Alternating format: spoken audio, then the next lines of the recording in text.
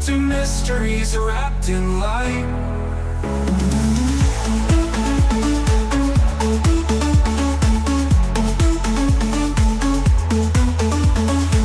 Flat Earth folks will have their say. Gravity's joke cast away.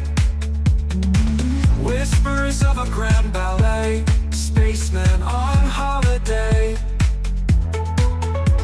Delusions fill the digital sky. UFOs in blinking light. Eyes wide open, asking why. Trauma makes the spirits fly. Flying fantasies in the night. Shapes zipping left and right. Everyone's lost, holding tight to mysteries wrapped in light.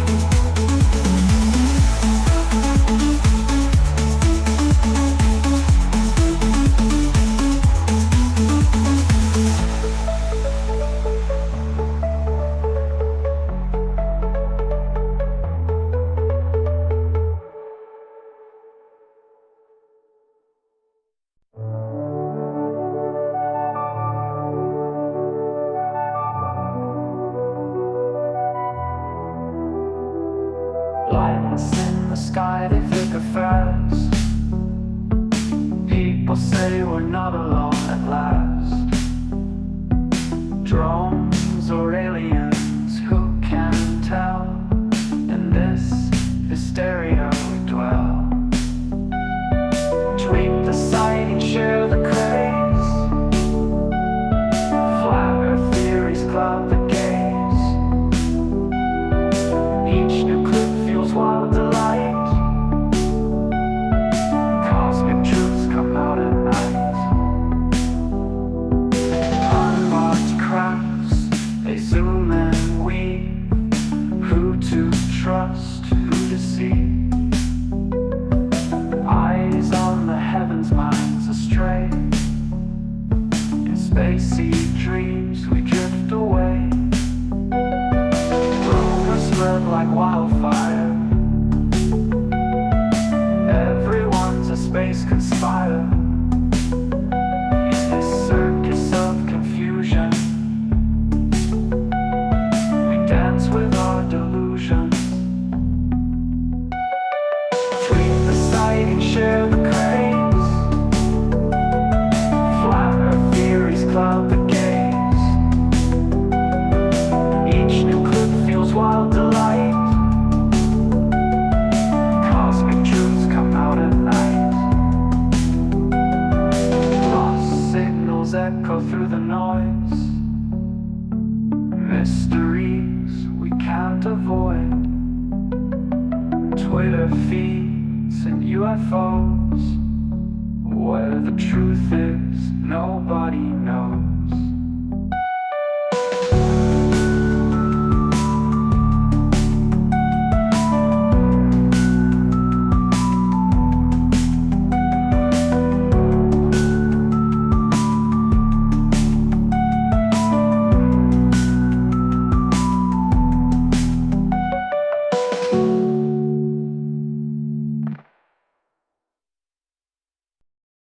Hey, hey, hey! Welcome, everyone. And as you can see, Ed is back. I'm back. Hello. Still a building site here, and I'm still completely discombobulated.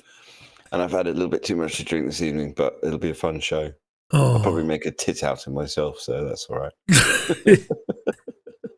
No change there then. We're used to that, mate. Oh, no. That's the whole point of Friday night. Yeah, isn't it? Isn't it? Oh, especially when you live in a freaking clown universe populated by weirdos and idiots and perverts and pedophiles. Yeah, okay. You got deep. You got deep fast there. Yeah, no, I know. I'll lighten up now. I got that out. I had to let it out. It's been building up, man. Oh. What about so how's your week been apart from that?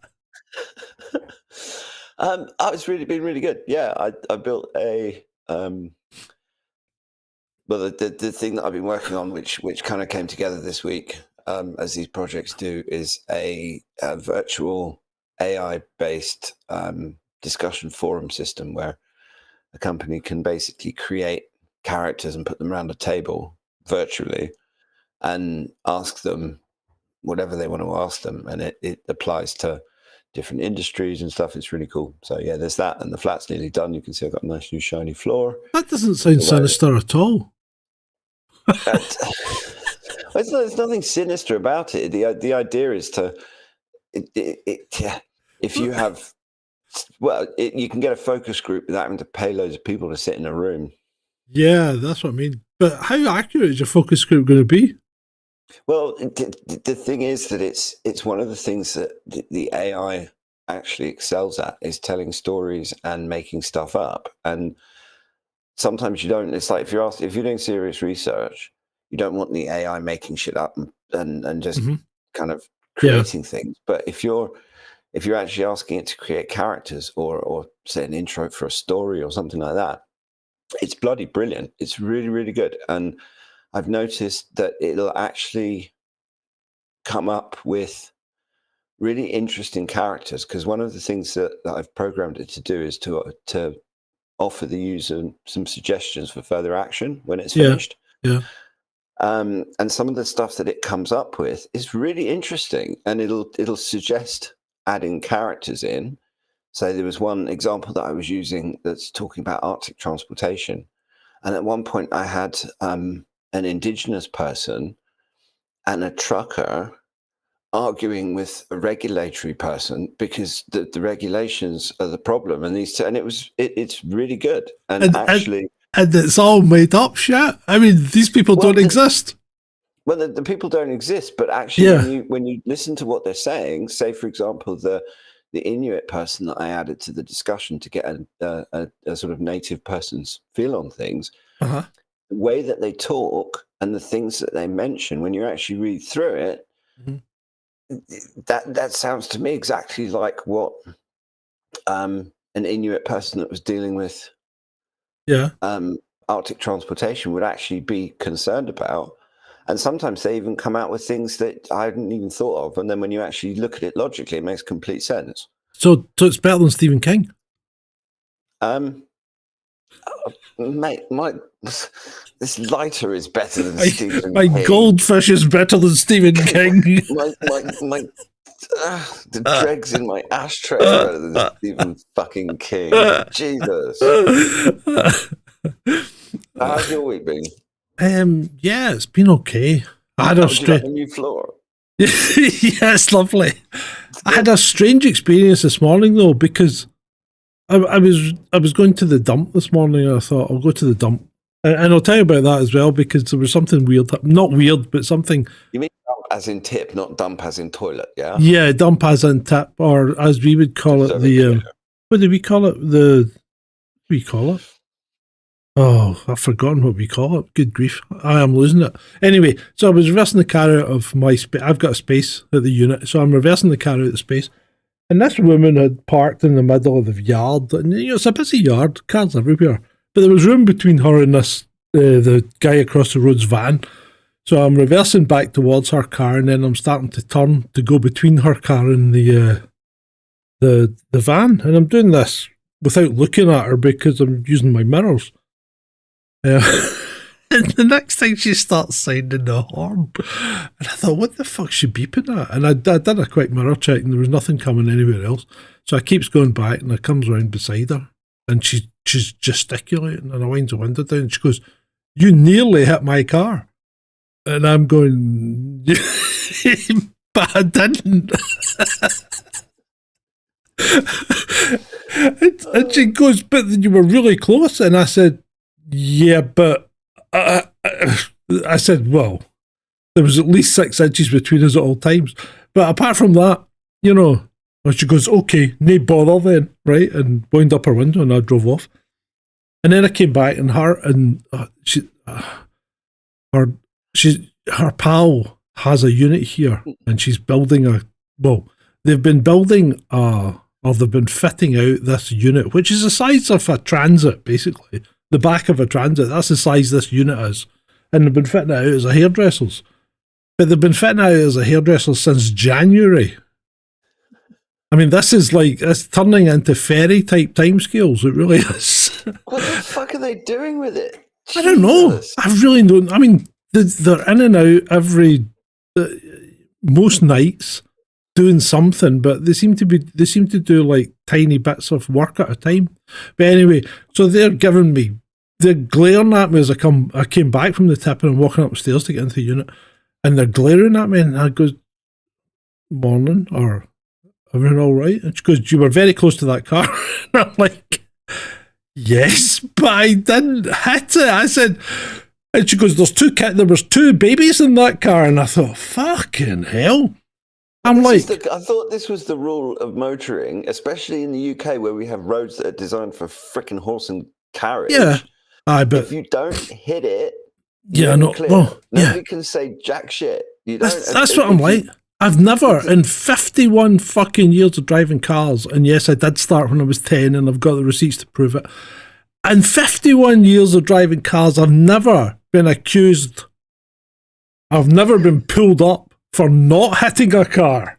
I haven't been driving nearly as long as you, but I've never been pulled up for hitting a car before.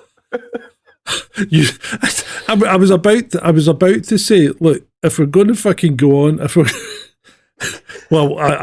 was about to say, look, it's normally my wife that tells me about things I've nearly done, but I thought, no, I'm just going to leave it. Fucking hell, unbelievable. Yeah. The thing is with people like that, there's absolutely no reasoning with them. There is no logic there. There's no. I know. I don't know if you've noticed, but since the thing started going into everyone's arms, people are getting more stupid and more angry. Oh yeah, I was in the chemist today. I was picking up half a prescription that the chemist had been unable to fulfill yesterday, and I'm standing in the queue. Hang on. No, keep going. And the air in the chemist is really dry. You know, you go through one of those blower curtains as you walk in, so the air inside it's really dry. I could feel my throat getting tickly, and I thought, no, don't cough. And then I coughed, right? The fucking guy behind me walked back 6 feet. Seriously. It's ever since the coup, people are just like, although if you're trying to get people out of your personal space, then it is a really good way to do it. It's still very effective. Yeah. I couldn't fucking believe it. I was laughing. I was sitting there. And then, when I went to the coup, that's the word that we call it, the coup, right? The tip. So when I went to the coup with all the rubbish, I had a box of bottles from my previous drinking, perhaps, maybe. A whole box? Fucking well, hell. Yeah, but I mean, I hadn't been to the coup for like... Put a box full of baby sham. Yeah, so I had a box of bottles, and I goes to the guy, where will I put these? Because your bottle bins are overflowing. And he's I just put them in number 8. And I looks up, number 8 is the non-recyclables, right? So I walks up to that, and it's full of fucking glass. So much for recycling. Among the non-recyclable. I mean, it's crazy. That's what I'm saying. During the lockdown, the guy in the coupe said, I said, where do you want this? And he goes, it doesn't matter, it's all going to landfill. I mean, they built this whole fucking thing with like 10 different skips with numbers on them. So, you put wood in this one, you put such and such in that. He goes, just throw it in anyone, it's all going to the same place. It's the same here. I mean, Brighton has these giant communal recycling bins everywhere. And the thing is that I think the glass ones, because they keep them locked, generally will only have glass in them. But the other ones, you'll get people chucking their rubbish in there, and as soon as the recycling gets contaminated, it just goes straight to the power center, and they just burn it. I mean, to me, it's like, why aren't we just incinerating all of our waste and generating electricity from it? I mean, I don't know. It was because of the whole CO2 nonsense. All this net zero bullshit is just getting in the way of lots of really efficient things like internal combustion engines and catalytic converters and stuff. Anyway, right, where are we starting for the week's insanity. Well, I think the week's insanity. I think we've got to start with all this drone stuff. Well, we started personal week's insanity. Yeah. I meant the world's week's insanity. Well, for the world's week's insanity, I think we've got to start with the drone thing. I mean, what the people are losing their shit over this. I mean, Twitter is just full of it. It's absolutely full of it. And we've now got people posting what are obviously airplanes, right? I mean, actual airplanes. You can see in some of those pictures and our videos in the intro, some of them were airplanes. And you can see they were airplanes, and they're saying, it looks like a plane and it sounds like a plane, but I know it's not a plane. I'm like, how the fuck? It's like, how you can't reason with people that are going down that route. You just can't. Well, no, you have to. The trick, especially on Twitter, is to spot the ones that can't be reasoned with and just not even go there. Just mute them or something. Just remove them from your day-to-day existence. I've found the complete opposite. See, if you want loads of impressions, poke them, and your feed just goes nuts. I mean, it's like I said. You know, there was one earlier, John Greenwald, you know, the guy that does the Black Vault. Do you know him? Yeah. So he posted a video and he goes, this is an interesting, turn. The plane doesn't bank at all, but it does this 90-degree turn. And I mean, I'd looked at it for like 10 seconds and I goes, that's the person turning the phone, not the plane turning, right? And of course, I puts that in, that's because somebody turned the camera and not the plane. And you get this whole boom, boom, boom, boom, boom, the stars would move and all that. And I'm saying, well, one, I can barely see the stars because of the fuzziness of the picture. Why? Why are they all fuzzy? And then I had this whole thing about some guy who had to be fucking Scottish. Although I don't think he is Scottish because he says he said his name was Scotch Fella. That's a big fucking red flag. It could be a freaking Scotch egg. What the fuck? But Scottish people never call themselves Scotch because Scotch is a drink. That's it. That's more likely to be an American. Yeah, so anyway, he's going, yes, blah, blah, blah. You can see the stars, they don't turn. And then John Greenwald actually reposts the video and says, I had a closer look at this and you can see the stars turn. So I just liked that and went, boom, just walked away. Fucking retarded. It really is.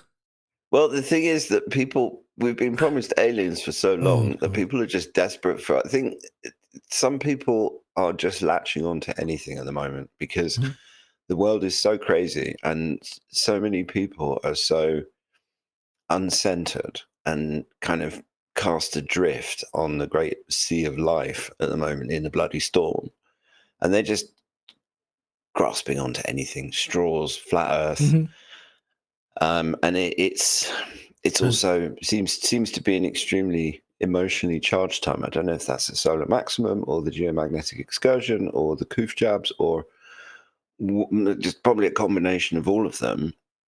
And when you actually, it's history, as it usually does, provides some perspective, because when you actually look at some of the ancient texts like the Kali Yuga, for example, which is there's the I think it's the great precessional cycle of the earth, is divided up by the Hindus into the 4 yugas, and we're at the end of the Kali Yuga at the moment.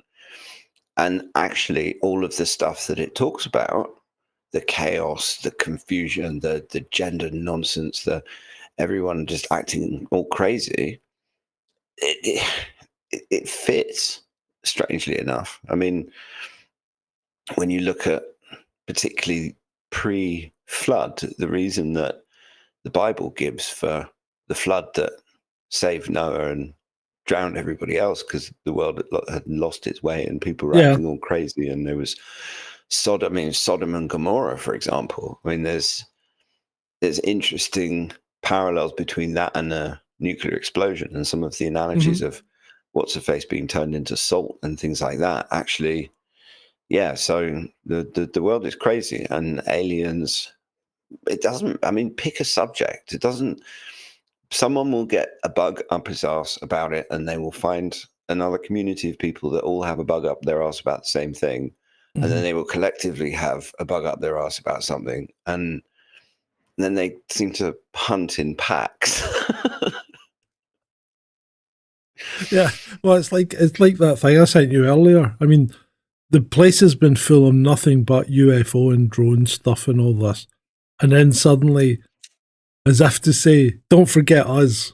What pops up but a flat earther? I mean, as far as I'm concerned, everybody is entitled to believe. I mean, you can believe the moon is made of cheese.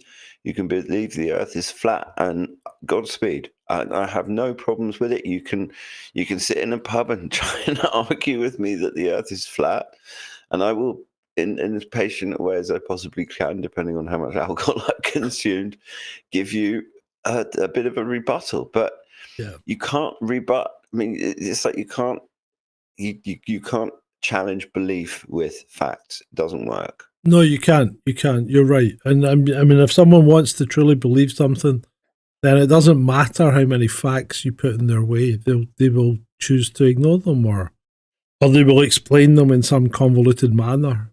Usually, and I mean, actually, when you think about it, some of the world's greatest poetry and art and literature and sculpture has come from people like that, and people who see things a bit differently, and the world is a richer and more interesting place because of it.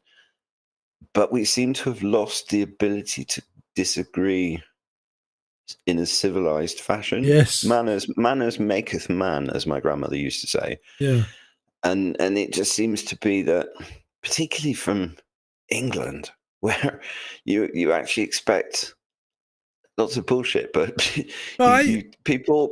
When I was a kid, people were always much more polite with each other. I used to get slapped around the back of the fucking head if I was impolite, and I mean, here I'm effing and blinding and stuff like that. But if you put me in polite company, I do know how to behave myself properly. it's like everybody gets really argumentative on Twitter, and I used to be the same. I would just either block them or just tell them to go away and in stronger language normally, and then block them.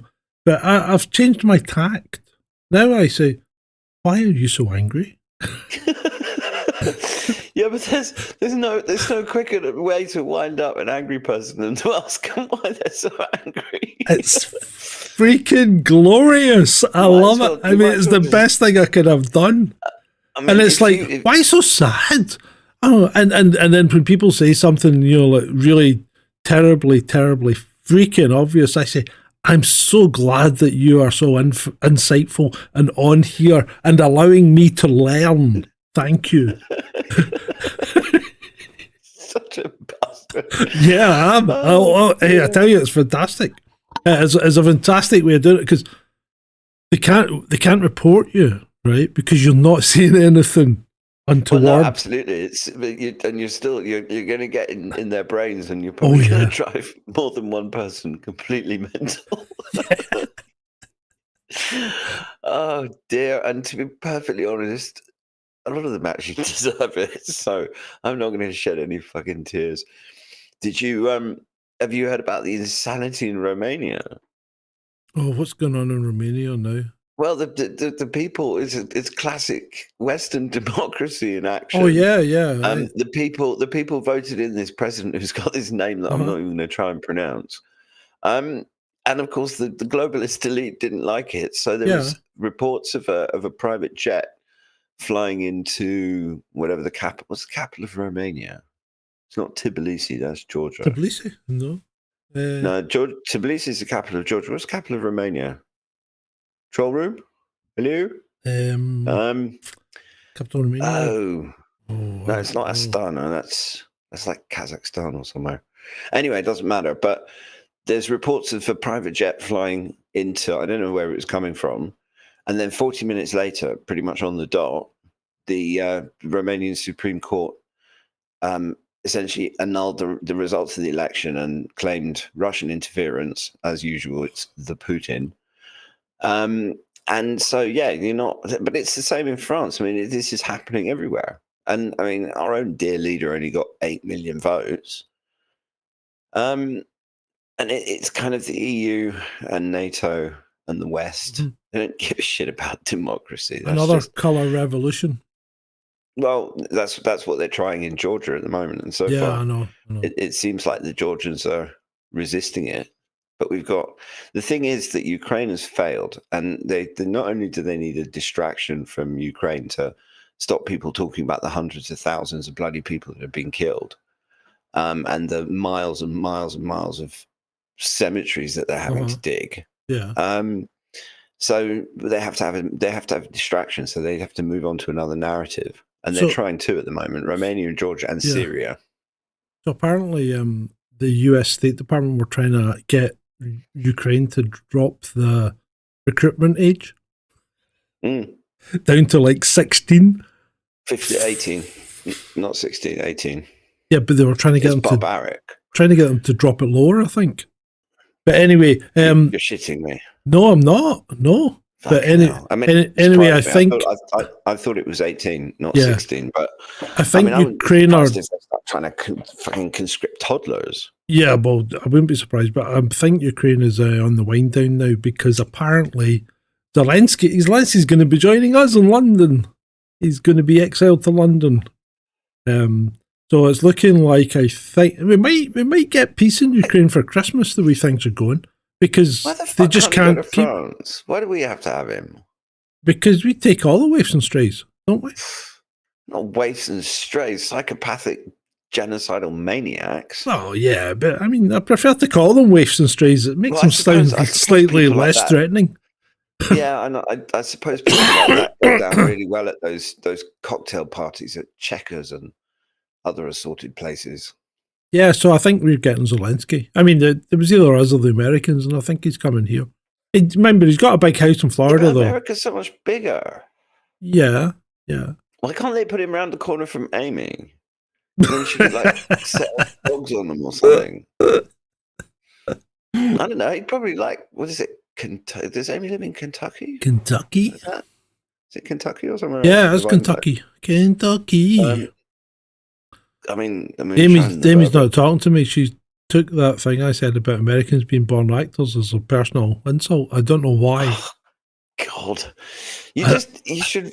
If you ever write an autobiography, you should entitle it "How to Win Friends and Influence People." I know. I don't have many friends, Ed. Jesus. I really don't. Well, is it any wonder? I mean, crikey, didn't your mother tell you at an early age that you'll attract far more bees with honey than you will with vinegar? I don't suffer fools gladly. And unfortunately, I think, and I know I might, I'm not meaning to sound like I'm full of hubris, but I think I'm quite intelligent, and I need people of a similar ilk to be able to interact properly with them. And I find most people too shallow, thick and slow. So consider yourself in one of the favoured few. I feel like I'm in august company now. You are, mate. Yeah, man. Yeah. And yes, unfortunately, there are people that are shallow, thick and slow. But most people have. Well, not everybody, but some people have redeeming qualities. People like Alistair Campbell and Tony Blair don't have any redeeming qualities at all. Neither does the dear leader, but you and me. Do you think Piers Morgan has redeeming qualities? No. No, I don't think so either. In fact, I think if there's such a thing as negative redeeming qualities, that's where Piers Morgan is at. I'm sorry, I just can't. I just cannot deal with that sort of person. I mean, it's just no. Yeah. And then, okay, so if we're talking about stupid people, what about all of the people that bought Hawk Girl's freaking shit coin? What was it? She's some sort of meme coin. I don't know what it was. Right. Yeah. I mean, and basically, did they not call it Hawk? Hawk. Yeah, but did they not call the coin Hawk? Yeah. But anyway, yeah. Right. Yeah, So we're called Hawk. yeah. So the thing is, I mean, you and I have discussed Bitcoin on and off for at least a year. And I've certainly discussed it with Ben before that. And the consensus is generally, unless you're into one of very few, Bitcoin's a scam, right? So why would I've actually just made some money on mine, about 30 quid. Right. But if anyone was going to go into Bitcoin, why would you put substantial amounts of money into something that is just exactly brand new? I mean, surely there has to be red flags there. Well, clearly not. I mean, this is what I don't understand, is that when all the Bitcoin was all the rage, probably 2 or 3 years ago, I thought, I'm going to get into this Bitcoin action. And I bought 0.001 of a Bitcoin. I mean, I literally spent 150 quid on, it's just like lottery tickets. You don't expect to get the money back. And I just left it there. And I have 3 different coins that were all, I think it's Bitcoin, Cardano, and can't remember another one. It doesn't matter. But the point being that it went down as low as 30 quid last year. Yeah. And it's now worth about 190. So I made a little bit of money. Yeah. Yeah. But the point is that you don't mortgage your parents' house, your house, or come up with $250,000 and buy some brainless bimbo's freaking meme coin. Or you don't spend your entire life savings and your kids' college funds on buying some bimbo's fucking meme coin. The thing is that I saw the first of those stories and I thought to myself, this has got to be some sort of troll. This is just someone attention seeking, engagement farming, whatever. And then I saw another one. And then another one, and it's just like, oh my God. And apparently this shit coin went up to $50 million.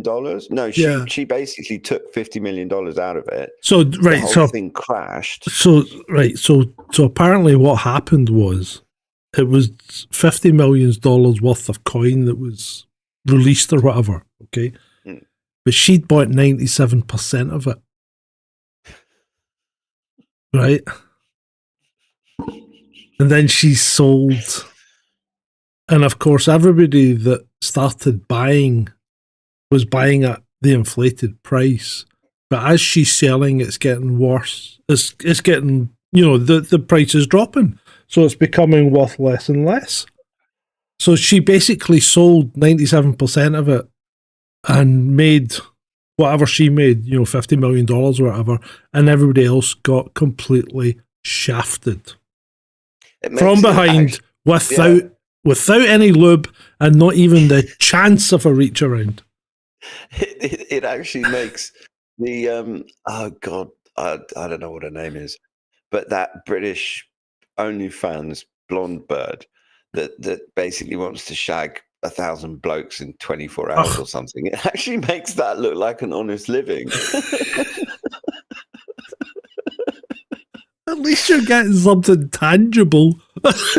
Well, yeah, I guess. It's an experience, I guess. Well, yeah. I mean, at least you're selling something that I suppose there is a certain class of person out there that gets their rocks off on watching some bird shag 1,000 blokes in 24 hours. I mean, I can't say that's me, but each to their own.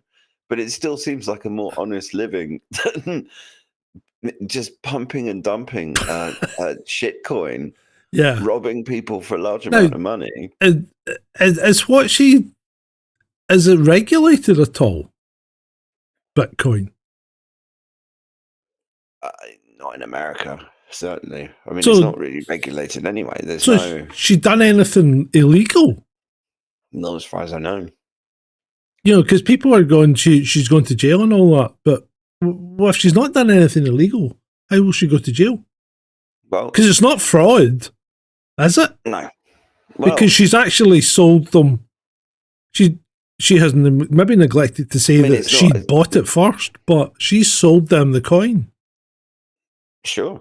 I mean, and unfortunately, Bitcoin is the Wild West. That's why you don't mortgage your house, your parents' house, and chuck your kids' college money into a. I mean, if you're going to do that, buy gold. Jesus, I mean, what the hell? This guy had composed a strongly worded tweet, right? And it ended with, I shall be seeking some kind of recompense for this and return of the funds. My Bitcoin provider will be in touch with you. But I mean, it's like the app that I use for crypto is just one of the mainstream ones, crypto.com. And every single page on that says, don't invest money unless you're prepared to lose it. Yeah, well, that's the case.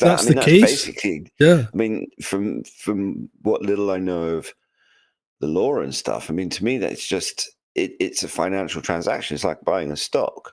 Yeah. And if someone tells you to buy a particular stock when it's at $25 a share, and then suddenly, because that person does some shenanigans in the background or whatever, and then that goes from $25 a share to $1 a share,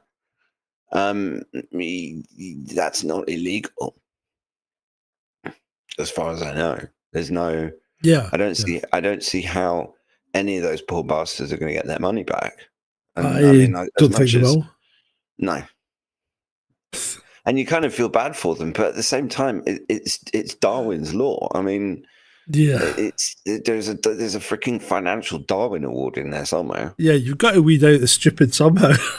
Well, yeah, and you certainly don't want that kind of stupid having lots of money. And with college, I mean, forget about the college money, because it's probably pointless spending money on sending them to college anyway. I mean, yeah. If the parents are that stupid, I mean, what hope is there for the kids? So I know that sounds really harsh. I'm being a bit brutal. No, but you're right. You're right. It's pretty frightening. It is pretty damn frightening. So, tell me about this assassination in New York. Did you read about that? Mm. I mean, this guy was the CEO of United Health. Yeah, right. So it's one of the largest US health insurance providers. I think they own loads of shit in the UK as well. Right. Okay. So why do you think this is someone's been aggrieved not getting paid out for some medical procedure or something? Yeah, probably a transition. Well, and they've taken a hit on them, or do you think it's a fishy one, because Ben Davidson over at Suspicious Observer pointed out that there's 2 photos of this alleged assassin. Yeah, they don't look like the same person. No, I mean they're like different coloured backpacks, and I mean there's certain things that are a trick of the light and certain things that aren't. Yeah, and he's trying to look the same, but he's totally not the same, which is suspicious. And I don't know. I was thinking maybe this CEO chap got an attack of the conscience or something and was going to go public with. Did you see the hat? Medical scandals or whatever. I don't know. Did you see the hat? No. Right. I've seen the hat. It doesn't look professional. Now, before we start, I have to say that Twitter is full of people who now appear to be fucking experts on how to do a hat. But it does look a tad. Twitter. If you want an expert on something, go onto Twitter and just say, "Does anybody know something about XYZ?" And you'll have a fucking expert. Yeah, you'll have about 5 within about half an hour. You'll have 5 different experts on XYZ fucking arguing with each other. Yeah. So the hat does look a tad amateurish, right? The way it's done. Just, it's not how I would do it, but I'm not going to tell you how I would do it because I'm not a professional hitman. Okay. But at the same time, if you're, and the thing is that professional hits look like professional hits, and if you actually want to get away with it, then you either tell your hitman that you want to make it look like some drunk person shot them. Oh no, it doesn't look. It to me, it looks like a competent amateur, right? Who has decided some. I think it's I don't think it's a corporate thing. I think it's somebody has been personally aggrieved by them not paying out for something, and they've taken the law into their own hands. Sure. Yeah. I mean, that's as it's just Occam's razor is generally a good guide by which to judge these things. By which I mean, Sir William of Ockham, to paraphrase him, the most simple explanation is usually the correct one. Yeah, generally is. And that's why it's not aliens, it's airplanes and drones. Yeah, I mean, I still do think there are things in the sky that we can't explain. Yeah, that's fine. But a lot of the footage that I've seen is clearly, drones. I mean, if you look at some of the things that the Chinese can do with drones, then making drones look like UFOs. I mean, there are drones with lights on them, drones with cameras on them. There's probably drones with freaking dildos on them by now, for crying out loud. Which I suppose could be a bit exciting for all the ladies in the house. Right. So moving away from that subject, I was rewriting a script today. I've been doing I'm doing the aerial school sighting next on Cult of UFO, right? And is that the one in South Africa? Yeah, or Zimbabwe? Zimbabwe. Yeah. So I'm doing that one next, and I've rewritten the script now about 4 times because it's interesting. It's interesting. It's really interesting. So I think you'll enjoy it once it's completed. In fact, I mean, I've been enjoying your Cult of UFO stuff. Actually, I don't think I've watched all of them. I've watched most of them, and I mean that school one. It's certainly one of the more fascinating UFO stories. But you can also pick it to pieces, as we have done on previous shows a little bit.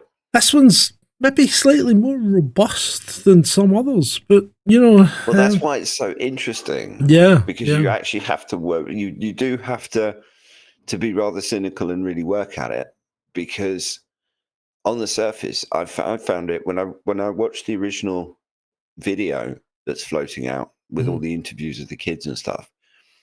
There's aspects of it that are very convincing, and then you realize that the guy making the video is really rather dodgy. Well, see, this is the thing that's really getting to me, Ed, because I mean, I did say in the Cult of UFO that I would be looking more into the people in politics behind it than the actual incidents. And the people in politics behind it, in fact, the last one I did was on Lou Elizondo, who to me is nothing but an absolute grifter. The guys, in fact, he's a plant. Yeah, I would say, and I did say in the videos, cut to the end. The spoiler is, I think he's still working for the government. I really guaranteed. Do. Yeah, and I suspect that I wouldn't be surprised if Nick Pope is still working for the government as well. Yeah, he's something. What was it they called? They called is Lou Elizondo, or no? Is Nick Pope Britain's version of Lou Elizondo? Well, part of one of the questions that I've been asking myself, particularly since it was really clear that there was nothing that we were sending to Ukraine that was making any difference, and are you playing with your microphone? No, I've got my hand on it. I'll move it. I'm not playing with myself. Stop it. I've wondered to myself, because of all these stories about UFOs and like super secret, super powerful government tech and all this kind of thing, given the visceral hatred that people in power have got for Russia and Putin and all of that, and everything that they've tried to do to destroy them, including destroying themselves economically, and everything, we've thrown. I mean, certainly the British government has given pretty much every bit of hardware that we've got virtually to Ukraine. Yeah. And it hasn't made any difference. And you would think that perhaps if they had some sort of super secret, like spaceship-y type death ray things, that maybe they would have used them. I don't know. I don't know, because I think the problem with Ukraine is if it's captured, it goes straight to the Russians, and they'll reverse engineer it straight away with their, they'll start. Which is what they've done with everything else. They'll start cutting apart their washing machines to build the. Yeah. To build. Well, they're fun because they love a good troll. So they usually get two of them, and they'll send one of them to their military engineers to pick to pieces, and they'll put the other one in Red Square and invite school children to come and ogle at them, and then watch as the BBC's Russia correspondent, the inimitable Steve Rosenberg, who's a bit of a dick, but anyway. And just that video that he did walking around there was just so satisfying. I enjoyed that. It really was. I like to see BBC journalists with egg on their face. Yeah. But do you remember the one? Do you remember the one that that was filming something and they had to duck for cover, and he ducked for cover, and everybody else is just wandering about in the background, and he's still lying in the ground. There's a few of them. Yeah, there's a few of them where you've got the Western journalists ducking and covering, and then you got little old babushka with a shopping bag walking past them really calmly, looking at them like, "What the fuck are you doing? You all right, son? What are you doing down there?" But where it gets where it gets a bit rabbit holey, and I realise it's not rabbit hole, so feel free to talk about rabbit hole stuff. Well, assuming that the Russians may potentially have equally, let's say that there is this secret tech. Right. Let's just there will be some kind of secret tech. That there is that we have people that are 20, 30 years ahead of us in technology, and then we may have captured Nazi flying discs or whatever. Yeah, whatever. But there's a pretty good chance, because I mean the Russians occupied half of Germany, so if there was secret German tech, it's just as likely that the Russians got hold of. I mean, if say the Hanabu, that disc-shaped thing, there's a good chance that the Russians got that, or maybe the Americans got the Hanabu and the Russians got Die Glocke or something like that. But if they both have equal tech, and they both know that they both have alien tech, and there is some sort of secret agreement or something that says, okay, we'll chuck normal shit at each other, but we're not going to use this alien stuff. I don't know. I mean, like I said, it's a bit rabbit holey, but I have wondered about that particular side of things, because if you have Area 51 and these big flying triangles that can do whatever, then why would they not? Okay, you wouldn't send the bloody thing to Moscow and start vaporizing the Kremlin or anything like that, but you would maybe send one. Well, why wouldn't you if you had that technology, right? Well, because then the Russians would start firing bloody nukes at you. But if you've got that technology, surely you could take the nukes out. That's actually a fair point. Yeah, that's a fair point. If you did have that sort of advanced anti-gravity alien Star Trek type technology, you'd use it. Somebody would use it. Somebody would use it. Yeah. I mean, ergo, we don't have it. I mean, you think about it. You think about the. No, I mean, from a purely logical perspective, it makes sense. I just think that there are still unexplained things in the sky. Well, I'm not disputing that. What I'm disputing is that I don't think we've got alien tech, because somebody would have used it. Because even if you go back to like the 90s and things like that in Iraq, and then they started using stealth fighters and the B-2s and the they were using stuff that we didn't know we had. Sure. Unless it's like the genie in the bottle, and they've realized that what they've got their hands on is so earth-shatteringly powerful, like planet killing, not just making the planet uninhabitable, but I don't know, maybe some sense prevailed somehow, and there was some sort of limits put on it. I mean, I'm being wildly optimistic. No, you are. But I was watching a video. This is why we work, because you're the cynic and I'm the optimist. I was watching a video today, and it was a guy who's I think he's dead now, but he was a retired colonel or something in the US military, or general or something like that, and he was going on about that we are being evaluated for membership of the Galactic Federation, and I'm like, how well's that working out? I'm like, hold on a minute, we can't even fucking live side by side with ourselves. How could we possibly be evaluated for anything? Anybody external that looked at this planet and the people on it would go, whoa, put a big freaking fence around that bunch and don't go near them, you know? No, I tell you what, if I was in some sort of galactic Federation type council and I had a little bit of an inkling of what this planet was like, you get them in various Star Trek episodes where it usually happens at the end of the episode where the Enterprise blunders into something, and they try and help someone, and it all goes completely wrong because the planet is super violent or whatever, and then the episode finishes with one of the minions telling the captain that they've established a beacon to avoid. Just literally, this whole solar system has got these beacons around it saying, "Stay the fuck away from these people."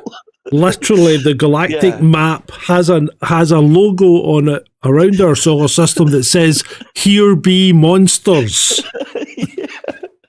Or like, "Here be idiots." Yeah. But I think. I mean, I don't know. The more crazy the world gets, the more you have to wonder if it's not some big soap opera. I mean, if simulation. If we do really live in a holographic universe, maybe it's this holographic soap opera being enjoyed by some super advanced alien races that look surprisingly like us. Could be. What's on the telly tonight? I don't know about World War III. We're building up. Let's watch Ed and John and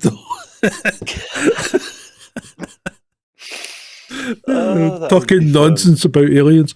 Right, Glasgow. You'll get more sense from us than you will from the BBC. Glasgow is no longer the city with the lowest life expectancy in the UK. Isn't it? Imagine that. Those deep fried Mars bars are off the table. We have become no longer the one with the lowest life expectancy. I can't remember who it was that has, but has it increased on the malnutrition scale? I have no idea. I haven't looked at that. Right, I'm going to read you a sad story here, and I don't want you laughing or giggling. Okay, there's no tittering. Right, heartbreak as transgender woman 29 dies. She was supposed to marry her partner next year and wanted to try for another baby. A transgender parent who never got the chance to become the woman she was meant to be has passed away following a battle with testicular cancer. That's sad. Very sad. Should we have a moment's silence? No, I don't think we should. Right, carry on. Men's cuddling group aims to redefine masculinity and heal trauma. The 2-year-old group draws men from various backgrounds. A 37-year-old Mormon who works as an airport gate agent, a 57-year-old married father of 3, and a 62-year-old retiree. And they're all lounging there against the couch, cuddling each other. This is not male behaviour. This is not the kind of thing that men do. Well, there was an article that appeared on my Twitter feed, I can't remember what publication, saying that supposedly straight men get together and cuddle naked. No, they don't. They don't. Stand around naked and, what was it? Stand around naked and, I don't know, chat about something or another. But no, they don't. I've never done that in my life. No. I don't even know any women that have ever done it either. That's like saying that women that have sleepovers have pillow fights. I mean, it's one thing to say that men should potentially express their emotions in a bit more of a constructive, honest way than a lot of us do, and that's upbringing in a lot of cases because we had fathers that couldn't do it, and you can't teach your son to do something that you don't know how to do yourself. But at the same time, fuck that. I mean, if I had 2 male friends that wanted to get up and like start cuddling, I'd be out. Literally, I'd probably get the bokken out. Literally, I would start like clubbing people around the head. What the fuck is a bokken? A bokken? It's a wooden samurai. Well, it's the same dimensions as a samurai It's your training sword, right? Yeah, no, I use it for kung fu training. Right. Okay. Oh, bloody hell! Yeah, I have. We start off with a stick, which is about a foot long, and it's just we do a few stick sets that are actually really cool. And it's proof that you could turn anything into a weapon. And then we have a bokken, which is like about the same dimensions as a samurai sword, but made of wood. And I have a bow staff, which is 2 meters of rolled up newspaper as a deadly weapon. Yeah, absolutely. And the latest weapon that we were training with for our last sash was Chinese broadsword. Lovely, which was fun. Lovely. Right. So, yeah, cuddling grips are just not how we do things. No, and for the record, women don't have testicles. I'm sorry, they don't. I can't. I'm not going to go into a whole. No, you thing, don't. But women don't need have to testicles. Children. Yeah. If there's any kids listening to this, then why? If there's any kids listening to this, you are a bad parent. Yeah, if there are kids listening to this, you might want to requisition some new parents. Yeah, consider. Or maybe put yourself up for adoption or something. That's what I wanted to talk about. I forgot about. Have you seen the Apple advert? I don't watch TV adverts. No, I don't watch TV either, but you need to see the Apple advert. I wonder if I could get away with play. I couldn't I? I could play this, couldn't I? Because nobody. Hold on. Wait a minute. The show's not monetized, so even if it's copyright, what's the worst that can happen? Well, Apple are hardly going to complain about you running one of the commercials during the show. You'd be surprised. Although you could market this show has paid promotions, but you're not getting paid for anything. Yeah, I could. Right, hold on a minute. Let me see if I can get this up and running. It's going to switch to YouTube because it's clearer, but I have a 10-second delay. Where am I? What am I doing? Oh, right, OBS. That's what I need. I need a producer. That's what I need. Jump onto YouTube and like the freaking show, please. No, thank you. No, Fluffy. Girls. You guys need to see the Apple advert too. You guys need. Well, they can like shit and watch the Apple. No, it was just Fluffy. Fluffy said that we can watch it without them. No, I don't want to do that. I want you guys to see it. Important. Lovely. I don't wanna. I feel like you're trying to pollute my brain. No, you do want to see it. Seriously. Right. Bear with me a sec. Okay. Got it last week. Guys, I know what it is. Like, subscribe, share, etc. Oh, guys, thank you. Is the Apple advert playing? I think it is. Yeah, it's playing. Right. Okay. Can you guys hear it?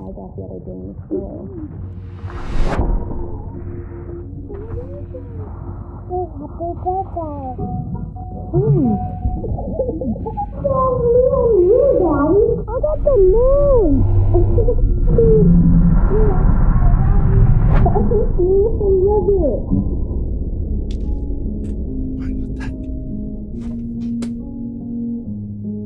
John, listen.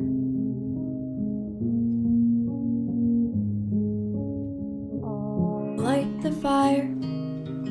You place the flowers in the vase that you bought today.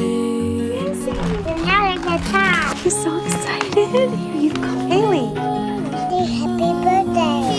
Look at the picture of me and you, Daddy. Look at the moon. Daddy, take away the moon. I am a robot. What is that? See ya. Everything is easy 'cause of I love you, Papa.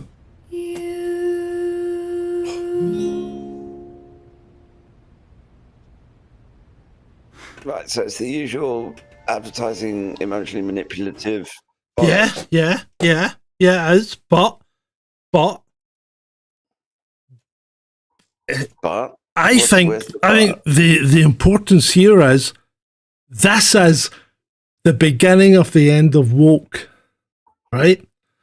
One, there wasn't any diversity in that advert. That's a fair point. I didn't Right? notice that. Two, it was a proper nuclear family, right? Right. And three, it promoted strong family values. Apple, I've got to give it to you. Well done. Yeah, one organization out of. It's the start. It's the start, mate. It was always going to come crashing down. Oh, yeah. But at the same time, the Dutch Parliament this week, which is another thing that happened that we probably don't want to talk about because we'll get ourselves into trouble. But the Dutch Parliament just voted to allow biological males to compete against biological females in female sport. Why? And they voted, well, because the Dutch government is, I don't know. Look, I've got two passports. I have two kings and I have two governments, and I love the two passports. I love the two countries, but I fucking hate both governments. Yeah, but Nectar, you just says, don't forget Jaguar. Yeah, but Jaguar has wiped itself off the map because Jaguar has made the wrong play in the wrong direction at the wrong time. They've just got, it's a perfect storm of getting everything wrong. And then they tried to backtrack. Did you see them trying to backtrack by, trying to... Ola's made the same mistake.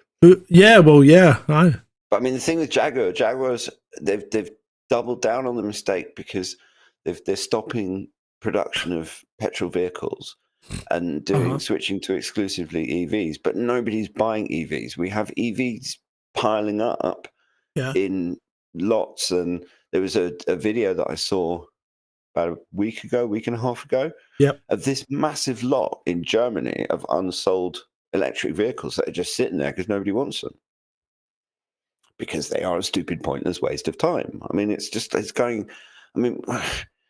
we're not even going back to a past that worked. I mean, yeah, we've had electricity. We had Brighton had an electric tram system until it was bought by the oil companies and closed down at the turn of the last century. I mean, this is the insanity of it, is that 100 years ago, there was all sorts of efficient electric public transport out there. Do you remember that guy called Diesel, right? Mm-hmm. Who invented an engine that they subsequently named after him called the diesel engine that didn't use a spark, but had the ignition through compression. Yeah, it originally ran on peanut oil, which is probably about the best use for these kind of oils, because you certainly don't want to be putting them in your body. No, absolutely not. Yeah. That's a whole other conversation. But I mean, it's the same with wind power. I mean, we were using wind power, and I mean, this is why wind power never took off. And solar power, you did there. Unintentionally. An intentional pun. Right, carry on. But I mean, it's just, let's cover all our farmland in solar panels. I mean, the level of... I struggle to deal with the level of idiocy from the councils that are putting cycle lanes in, slowing the traffic down, creating much more traffic problems and pollution, and then not rectifying the mistake afterwards unless it gets so much pushback that they can't get away with it. And it's not just Brighton. I know every town in the UK has that nonsense. And then you've got the upper levels of government, and I'll just say one name, David Lammy. I mean, he is the most undiplomatic, rude, ignorant, blind. Sorry. I mean, it's to see him sitting in the UN and trying to lecture the Russians. Did you see? It's embarrassing. I'm literally. I'm like, I have a Dutch passport. Yeah, ik ben Nederlander. Yeah. Ik kan het Engels praten. I'm just. I don't. But this is the nice thing about having two passports: is whenever one of the governments just does something I don't like, I just wave the other passport around. So, did you see that woman? Was she German? She was lecturing the Russian guy. Annalena. Annalena Baerbock at the UN. Yeah, and the guy Baerbock. And the guy was laughing at her. He was absolutely laughing. Well, because she doesn't even know what the European population is. She said there was 1.3 million people in Europe, and there's only 700 million if you include 1.3 billion. 1.3 billion. Yeah, 1.3 billion. Sorry, yeah. and I mean, actually, Europe itself is maybe 4 or 5. There are more people. Russians live in Europe than Europeans. Yeah. Well, no, that's not strictly speaking. The European Russia has more population than any other European state individually. Yeah. I mean, the media like to make fun of the fact that Sergei Lavrov is a smoker. Yeah. But when you have to deal with morons like Annalena Baerbock, it helps to be a smoker. It really does. Well, the thing is, because I mean, Sergei's been. Well, how old is Sergei? By his first name, he's Mr. Lavrov to you. No, he's part. Well, yeah, Mr. Lavrov. The thing is with me, if someone is worthy of that respect, then I'll call him Mr. Lavrov for sure. Whereas Keir, our dear leader, I'm not even going to use his title or even his surname. I call him Kaif. But the thing is that he's been in the Russian diplomatic. Well, he's been foreign minister for 25 years. Yeah, been in the Russian diplomatic service, I think, most of his life. He must be in his 70s. For him to have to deal with people like David Lammy and Annalena Baerbock, I mean, because he wants to retire as well. But the thing with good old Sergei is he knows that he is one of the literally. I honestly think that Mr. Lavrov is one of the few people that is holding this fucking world together. Yeah, I mean, between him and Putin, between them, it's not just their own. The way that they've dealt with what's happened in Ukraine, for example, but it's the example that they set for other, like the Indian foreign minister, the Chinese foreign minister. These guys, they all seem to basically study Sergei Lavrov. Can you imagine? And they're a diplomatic school. Yeah. There was someone that mentioned that to me on Twitter that he knew, and that's essentially a friend was in Persian studies in Cambridge or Oxford, I think, and said that a lot of the foreign diplomatic corps, like the Indians and the Chinese, they actually have courses on Sergei Lavrov at their diplomatic schools because of how good he is. But every single diplomatic school on the planet should have an entire year-long course that's just about Sergei Lavrov, and they just look at him because.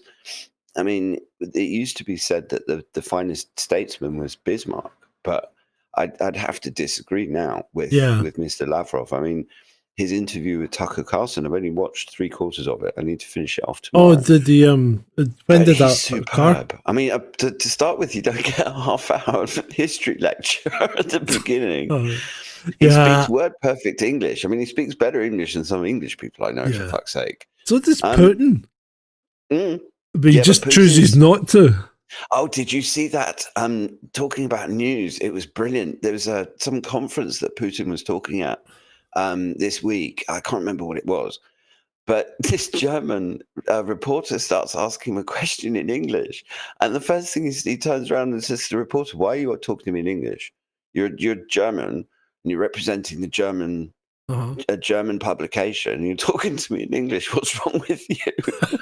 and did Putin say that in English? I don't know. I very rarely have the sound up on videos because I'm usually watching it when there's other when you people should be around, or working. just- When you should be working, and sometimes. you've set your artificial intelligence to do your work for you. Yeah, well, I can do both, literally. Yeah, you've set your artificial intelligence going. Anyway, what was I going to say? Nectaridus says Lavarov is like Gandalf dealing with goblins. I think that's a very apt description. And thank you, Mr. Nectaridus, for your fine contribution that came in. And also, I'd like to thank my particularly favourite people, Julie and Adam, who continue to support the channel. Thank you very much. Anyone else that feels at all inclined to support the channel, you can always drop me something at ko-fi.com/Sergeant Grumpy, or indeed, if you did it right now and put something in, it would be read out in a suitably artificially non-intelligent voice. What are you drinking tonight, Ed? I was actually about to open me. I had some wine left over from last night. No, Right. not from last night. Night before last, Wednesday night. You're drinking in the middle of the week. Good grief, man! You're on the slippery slope. No, it's a bi-weekly Wednesday truther event that happens in Brighton, and there's it's in a pub. A truther event. I like to call it a truther event because it's a short conspiracy theory jamboree is a little bit too much of a mouthful. But it's just like a stand in the park, but it's a stand in the pub because. Right. The stand in the park is on Brighton Beach at 10 o'clock on a Sunday morning, and fuck that with a stick. Whose idea was that? 10 o'clock on a Sunday? I mean, they're brilliant. Yeah, but it's 10 o'clock on a Sunday morning. Well, supposedly it's, I mean, I watched this is quite a long time ago now, at the beginning of the whole Coof period, which is where Stand in the Park started. And I think it was the organizer was an Australian bloke, and then there was an English lady who picked the idea up and kind of made it a thing here. Right. And the Aussie bloke, he seemed nice enough, but it just one of those sort of slightly overly meditative up your own arse a little bit. It was like a whole. What, Max Eigen? The fact of 10 o'clock on a Sunday morning is that you have to work for it, or it has to be. It's about Max Eigen. Yeah, well, I'd like Max. I mean, he's a little bit full on sometimes, but so this guy sounds a bit full on as well. If he wants you to work for it, a better place with these people in it. It's just that I'm not getting up at 10 o'clock in the fucking morning on a Sunday and going to stand in a park or on a beach or anything. I'd much rather go to the pub at 8 o'clock on Wednesday evening. And I mean, I don't know, in vino veritas, it's always but again, each to their own. There's some people that absolutely love doing the stand in the park at 10 o'clock in the morning or whatever, and that's completely fine. And then there's other people that would much rather sit around with a glass of wine or a pint of beer and put the world to rights. Indeed. Right. What else are we talking about? Anything else? We've done not bad. We're over the hour. Well, yeah. Well, we can keep going for a little bit. So, is there anything that I'd messaged you? Oh, right. Here's something that I actually need to keep saying. Can I say this? Right. I need to say this, right? Because it's like everybody goes, why aren't we shooting these drones down, right? And people are saying some of them are the size of cars. Where the fuck do you think it's going to land? Whose house is it that you want to destroy? You know? I mean, because especially in England, right? It might be a green and present land, but, you know, these air bases aren't in the middle of nowhere. There's population around them. There's married quarters as well. You know, you've got Americans living on base, you've got Americans living off base, and you've got English people living around them as well. So if you shoot them down, who's it going to land on? But the thing is that I mean, it's like the drones around the air bases. I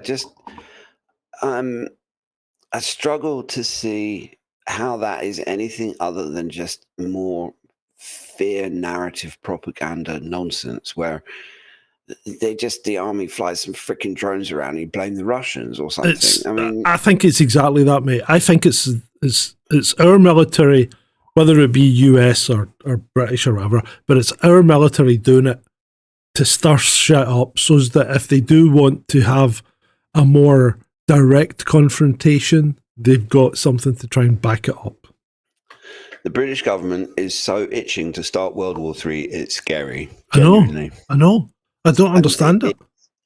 I mean, I know it's even more difficult, or it's just as difficult to have conversations with people now as it was during the coup period, because everything that people, I mean, I've seen it myself. I'm a student of history and international relations. I did it at university, and I remember one of my very clear memories of being a teenager is getting home from school when, on the day that the Berlin Wall was first being taken down, after all of the protests and all the people that were like people escaping East Germany and stuff, when they started to relax the borders and then they started hacking into this wall.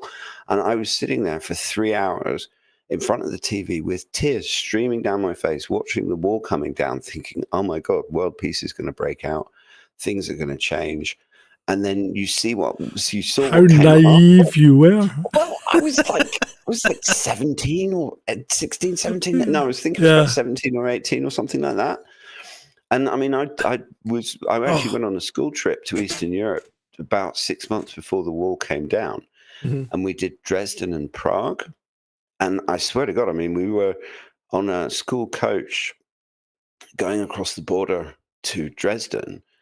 And I mean, the whole border crossing thing took about 3 hours, and it was grim. And then we got to we actually got to the border town. I can't remember what it's called. I don't think it was Dresden because there was a bus journey involved after that. But we basically got to get out of the coach and stretch our legs. And it was raining, and literally everybody got back onto the coach stinking of this polluted rain. And it was every. Do you remember how when you're in the 80s and you thought of the what life was like behind the Iron Curtain, and it was grey and and it was. And that was exactly what it was like. I mean, Czechoslovakia, Prague was a little bit more lively, but East Germany was fucking grim. I mean, even Dresden, because that old stunning cathedral that they have in Dresden that was bombed, and the East Germans basically just left it a ruin as some sort of reminder. But I actually remember I can't remember what the name of this. There's quite a famous statue in this square, and it was where all the pro-democracy protests were happening, or the anti-communist protests were happening at the time, and this whole thing was covered in candle wax. But then after that, you see how things changed, and all of the promises that were made to the Russians about NATO not moving eastwards, all of that was broken. And all of these rapacious corporations went into Russia and just started raping the place. I mean, you had the oligarchs. It turned into a gangster hellhole. I mean, Putin did a lot of good eventually. Absolutely. And then Putin comes along, and it's taken him 25 years to basically turn. He's done it in one generation, and he's turned Russia from a gang-ridden, oligarch-infested shithole into a modern economy that is celebrating itself and refuses to bow down to anybody. And this is the problem that the globalists have got with Russia, is that they won't kneel to anybody. And hats off to them, because I mean, they survived. And at the end of the day, they kicked Napoleon's ass, they kicked Hitler's ass, and as far as I'm concerned, anyone that tries to invade Russia or attack Russia, or it's just an idiot and deserves what they get. Wine. So Beats says, while he's pouring wine, I'll try and get some words on.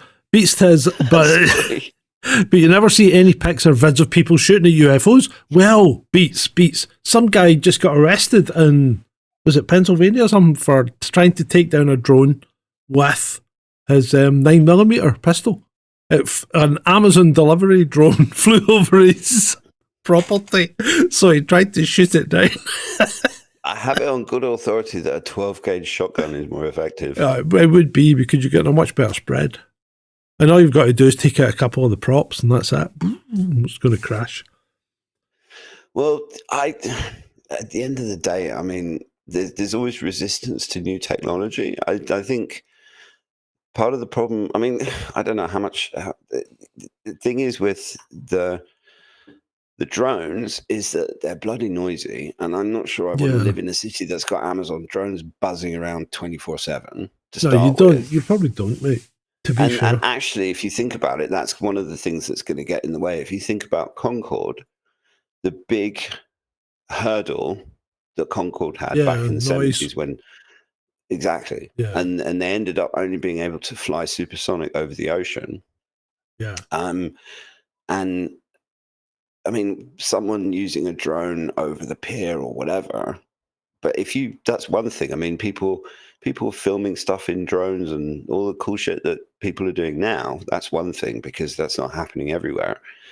But if all of that, if you think about how many Amazon delivery drivers there are out there, having flying drones replacing those guys, it's just not practical. And the thing is, you're going to get failures.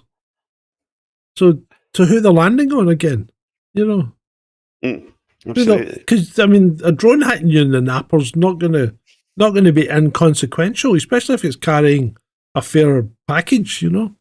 Anyway, you only have to have one story of one of these drones crashing and it hitting a child in a stroller or something like that, and the whole thing is done. Yeah.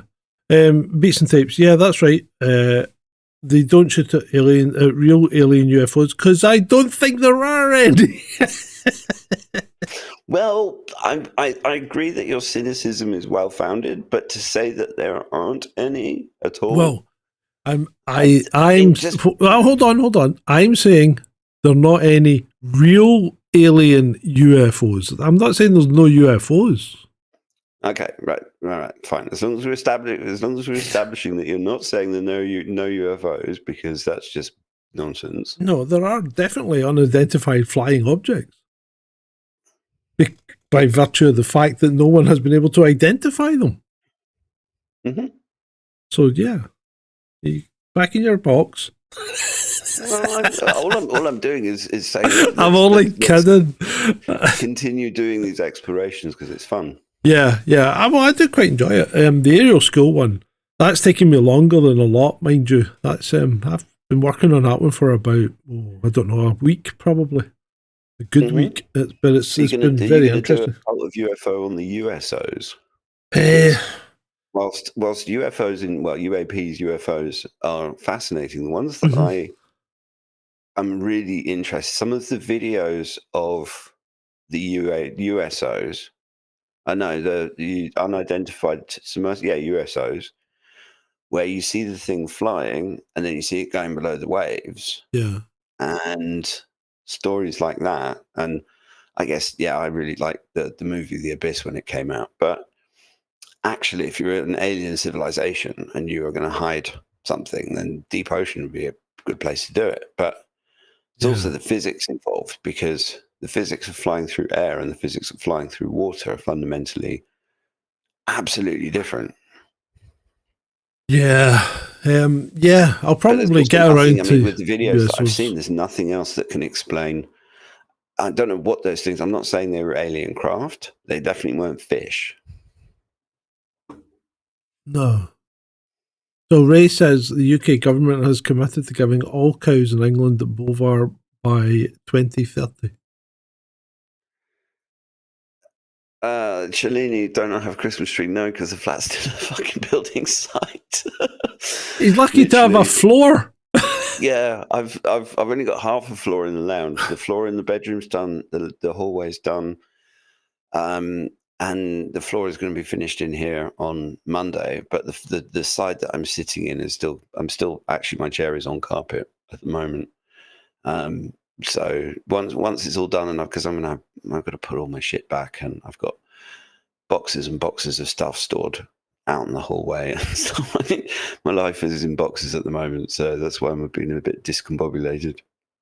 You do like that word? Actually, it's such a good word, and I don't get to use it very often because you make up for it on this program. Yeah, the thing is that the way that, because of just the disruption, I'm a creature of habit, and my flat's been the same for 25 years, and then suddenly I'm like disrupting myself massively. So yeah, discombobulated is the best word for it.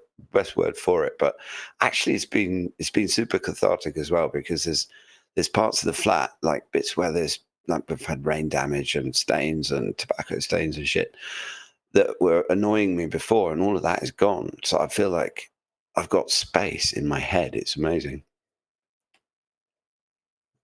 What was I going to say? I watched 3 movies last night. Do you want an award or something for that? No, just because I couldn't sleep. So I watched Beetlejuice, and it was okay. Mm-hmm. It was okay. It passed the time. It wasn't great, but it was okay. I had nothing particularly annoying about it as such. And then I watched Bad Santa and Bad Santa 2 again. I've seen them before, but I just love them. They're so funny. See that fight scene when he's trying to teach the boy to fight in the boxing ring, and they all end up getting punched in the balls. It's just so funny. I mean, it's visceral humor, but I like it. It's good. But yeah, I'm not surprised that you're a fan of Bad Santa. I thought they were a bit stupid myself, but each to their own. I quite like them. They're pretty good. But yeah, what else? What else is happening? Any good movies coming up? Not that I know of. I've not literally my whole existence has been around getting up early for work, going into the office every day, which I haven't done in about at least 15 years. Did anyone have did anyone comment on the fact that you were there every day? There's only 3 of us in the company. Who works in the office normally? They're probably getting sick of me by now. Yeah, probably. Could you just stay off, Ed? Well, yeah. I've not heard good things about Gladiator 2, Nick, to read this. I haven't seen it yet, but I've not heard good things about it.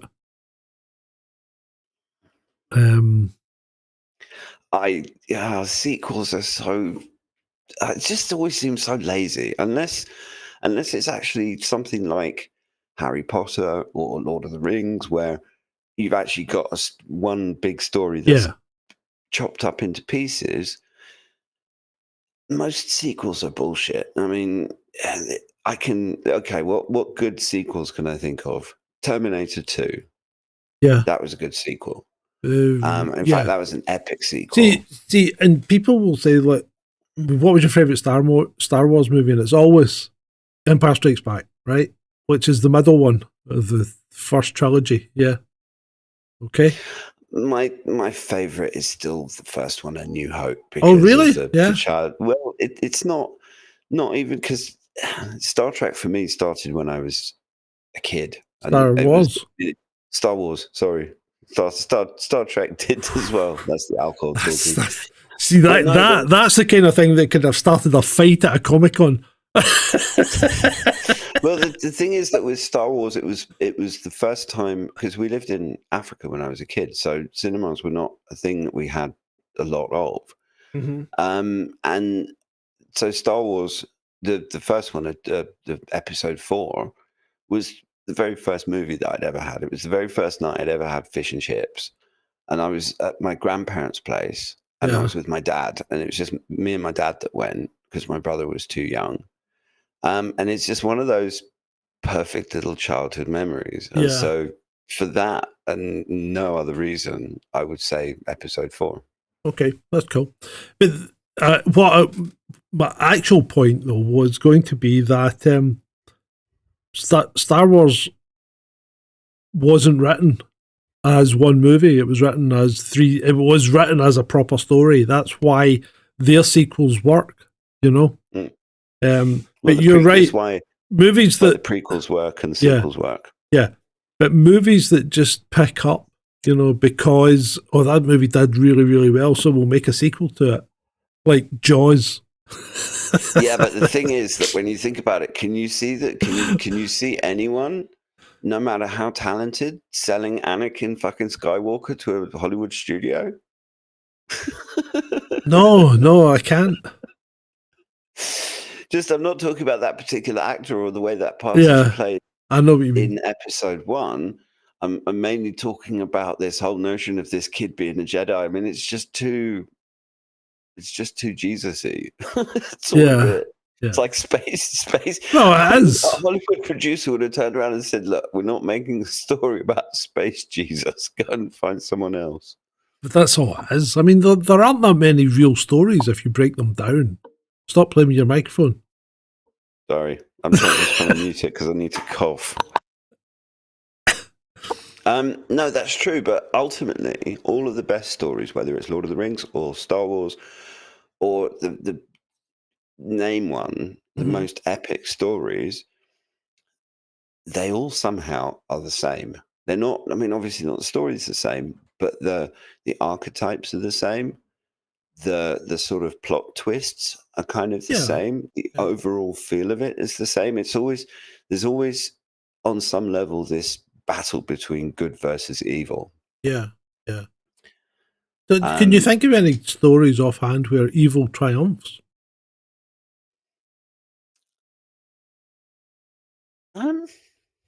Alien? Sorry? The Alien movies? Because, I mean, okay, Sigourney Weaver, she does escape at the end, but she's still got her ass kicked, and most of the people that she was with died. So if it's about one human surviving out of all of them, then, I don't know. Yeah, because it's like, I remember, when it came to me, and it didn't take long because I was a voracious reader, but I remember watching movies and thinking, the problem with movies is that they're just too predictable, because you see somebody who's a bad character, he's a bad not a bad actor, but a bad actor in that he is a bad person in the movie, right? And he's going to get his comeuppance, because Hollywood can never allow someone who's evil to triumph.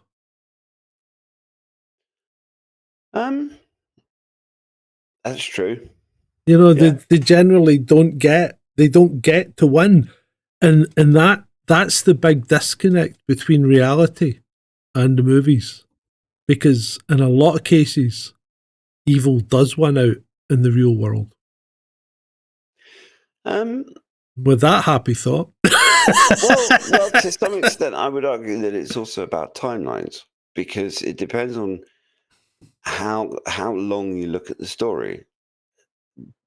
Because you have this battle between good and evil, and in a battle or multiple battles, when it's one of these epic movies, say Lord of the Rings, for example, you have some battles that good wins, some battles that evil wins, but overall, I think actually good wins over evil in the same way that light wins over dark. I think it's but does that happen in reality? That's the problem. Well, I think it does if you look over a long enough timescale. That's the thing. Well, maybe it does, maybe it doesn't. I don't know.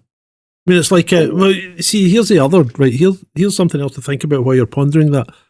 Gunky says Daenerys was a goodie for 7 seasons. Well, was she? Was she really? Because you saw the signs of her being a bit of a bitch quite early on, when she started doing things that, like, do you remember those slaves and things like that, where she had the city and she killed all the slave masters and, No, she didn't just kill them; she freaking impaled them. Well, but there was a lot of if you don't follow me, then you can fucking stay here and die. Basically, that's not being a goodie. That's not setting people free. That's just giving people a new master. Yeah, but humans are much more complicated, and I think that battle between. I think one of the reasons why these epic stories about this massive battle between good versus evil, one of the reasons that I think they're so popular and they resonate so much is because they're like an avatar for what's happening in all of us all the time. Ever read Michael Moorcock? Yes. No Matter the Time Streams. It's one of my seminal books. I love that book. I went through the Eternal Hero university. Yeah, I was me being lazy at university in my first year, and I went through it was one of, I think it was the autumn vacation, and I had an essay to do, and I was doing international relations, so it was all quite relaxed. I wasn't doing law or chemistry or anything like that. And I discovered Michael Moorcock in the university library, and I went through pretty much all of his books. And The Nomad of the Time Stream, I think I've still got a copy of it, is the one that stuck with me. But he's a brilliant fantasy author, absolutely superb. Yeah. I mean, I loved Michael Moorcock stuff, and I mean, it's interesting. You're the only other living human that I've ever spoken to has ever mentioned that author's name to me. Really? Interestingly, yeah, it might be one of the reasons that we get on. All right. Strangely enough. But do you remember Elric of Melibone and all that? You know, but the whole concept through all his work was the eternal hero. You know, he kept being reincarnated. You know, this eternal hero kept getting reincarnated into these different personas. Yeah, and the Nomad of the Time Stream, you have that eternal hero that's not just reincarnated multiple times, but when he gets reincarnated, he exists in a different time period. And some of the world that Moorcock creates in that book, if you haven't read it and you like Michael Moorcock, you should really read that book, because it's I'll need to look it out. Yeah, no, because he totally explores the whole time travel phenomena, and just plays around with different versions of the world. One of the versions that this guy lands himself in, because he starts off as a soldier. I can't remember. I think it's like turn of the last century sort of time period. But one of the worlds he ends up in is a world where the slaves reconquer America, and all of there's this black lion sort of figure that emerges in the Americas, and essentially works with this boffin with his high technology and creates all these devices and engines of war, shall we say, that essentially give him masses of power, and he goes on a rampage and starts taking. It's actually brilliant. It's really good. Sounds good. Michael Moorcock, Ray. That's who you want to be looking out for. Moorcock, as in MOOCK. Yeah. Yeah, he's well, I thought he was quite a brilliant fantasy author. I mean, his imagination is up there with J.K. Rowling, and the worlds that, I mean, the way that he writes and the worlds that he creates, you have this whole thing in your head. Oh yeah. I mean, in terms of, for me personally speaking, that sort of evocative literature and these fantasy worlds and the kind of detail that he puts into it, and this is pure fiction. This is why you read books, to just take yourself off into this imaginary world. It's amazing. It's not you can watch a movie, and it's very rare that I would say that the movie is better than the book. I think sorry. No, go on.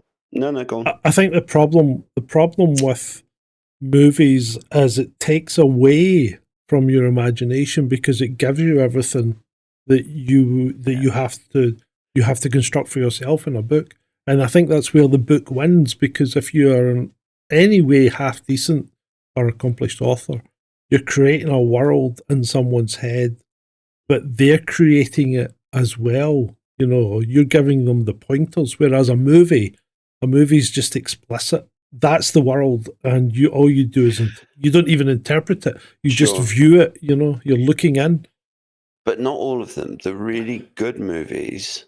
This is one of the reasons why I think that in some ways CGI actually ruined films. Because if you take Star Wars as the example, if you look at the original movies that George Lucas made, there's a huge amount that is left to the imagination. And that was the thing with these old movies, because they didn't have the technology to create the scene that they wanted to create. They'd have to set it up and let the audience's imagination do the work, which is why I think that in some ways the older movies are better, because there's more of that, and that is much more evocative of a novel, where the person watching it has to actually some of it has to happen in your brain. And a perfect example, I've got to get this out. A perfect example that you have just popped into my head is Alien and Alien Romulus, right?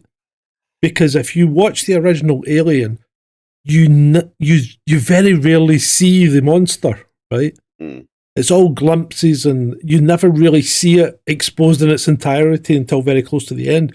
Sure. Whereas in Alien Romulus, you get a stupidly CGI creation that just looks freaking pathetic. Yeah, I will caveat this with saying that of all of the different sequels and prequels and everything else that I've seen of Alien, I'd actually enjoyed Alien Romulus more than some of the others. I hated it. I realized I might be committing heresy with that. I hated it. I hated it. But at the same time, you also, I completely understand what you're saying about it. Yeah. But at the same time, they're making a film for a modern audience, and the people. I think that's the problem. People younger than us. Mm-hmm. I don't know. Maybe they've just engineered the imagination out of kids or something like that. But it's attention span. Yeah, it's like I remember when you watched a movie, right? Especially a horror movie or a science fiction movie. It was like, do you remember like Quatermass and things like that? The long, detailed, slow build up that built 2001: A Space Odyssey. Yeah. I mean, that's seminal sci-fi. Yeah, films. but that's talk about slow. That's worse. But Quatermass and things like that. You know, the long, slow build up that eventually came to a denouement. You don't get that anymore. You've got the gore and visceral things flung in your face at every opportunity. It's basically all jump scares instead of tension. You know, in fact, and that's one thing that. What was I watching? Did I watch 3 movies last night, or did I watch something else? Because there was something else that I watched that I actually thought did quite well last night. I must have watched 4 movies, but I've forgotten the 4th one. But I remember thinking, you said you watched Bad Santa 1 and 2, and Beetlejuice. No, that's 4 films. No, that's 3, mate. Beetlejuice. There's one movie. No, sorry. Shut up, Ed. This is the problem with being discombobulated. Yeah. So I haven't had any alcohol for nearly a month now. Well, it's because I've not been on the bloody show encouraging you, innit? I'm such a bad influence. I really am. No, it's not that, mate. I mean, I used to drink before you started encouraging me to, you know. Oh,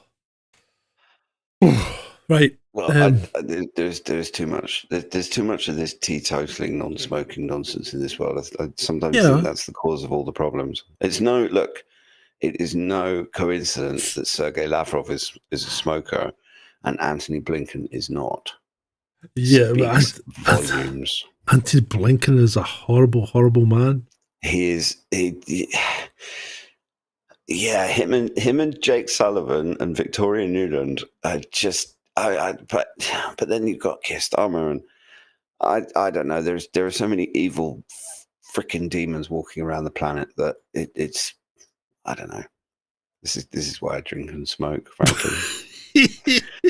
Every time I think I might stop smoking, something bloody awful happens in the world. So, and hey, if the world could end at any moment, it could. And there are still plenty of people. The worst one is the non-smokers who die of lung cancer. Just, the universe is cruel. That is. Oh, right. I think we've kind of come to a natural conclusion. I think we've talked enough shit. But I think we've bored our audience senseless. No, I think the audience are still hanging in. Well, the true hardcore are still hanging in there. But yeah, no, I've had a good time tonight. That was Me too. good. It's been fun. Yeah, no, I've missed our Thursday and Friday nights. I'm hoping next Thursday I should be back for Rabbit Holes. I think. Yeah, that would be Friday cool. I'm not 100% sure because in fact Friday next week I don't think I can do. Regardless, Right. I just have a choice to make. Yeah, no problem. No problems. But I'm almost 100% sure I'll be back for Rabbit Holes on Thursday. And I think what we might do as well, if we get the chance, is maybe do a kind of critique of a Cult of UFO video. You know, like after the video's been up, we could do a live stream chat about it. Yeah. Yeah. No, we could do that. Yeah. That's cool. That's cool. That sounds good. So bit of something different. Yeah, I'm up for that. It's a good idea. Well, Gives thank us you. some focus and direction. It means I don't have to do any bloody work. Yeah, well, there you go. There you go. I mean, there's still plenty of rabbit holes out there, isn't there? It's just like they're never ending. They really are. Well, this is why it's such a good show format because we literally just there is endless amounts of rabbit holes. We could be talking about rabbit holes until we're both grey. We probably will be. Both grey. I've been grey for fucking years, mate. Grey. I'll need to get some touch-up paint for my beard. I'm lucky because my hair goes blonde. The only time I notice any grey is when the barber chops it all off. Strawberry blonde. Look, can you just do your thing and let's end the show? Bye. You know what? It's been great for you. Good night, everyone. I know.